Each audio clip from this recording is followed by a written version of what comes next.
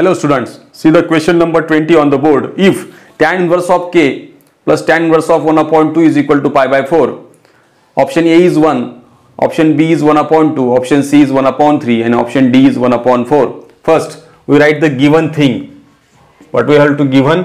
Tan inverse of k plus tan inverse of 1 upon 2 is equal to pi by 4.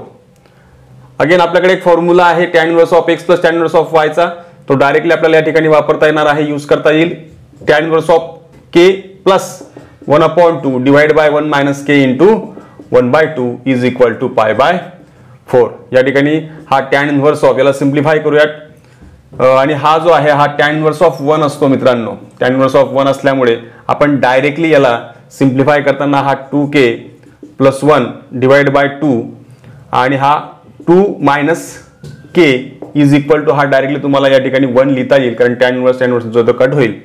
आणि मग याला सिंप्लिफाय करताना हा 2k plus 1 is equal to 2 minus k, 2k plus k is equal to 2 minus 1, हा 1 त्या साईडला पाठवल्यानंतर आणि 2k प्लस k हा 3k होईल इज इक्वल टू 1 आणि k इज इक्वल टू तुम्हाला फायनली मिळत आहे 1 अपॉन 3, जो आपला ऑप्शन नंबर सी आहे.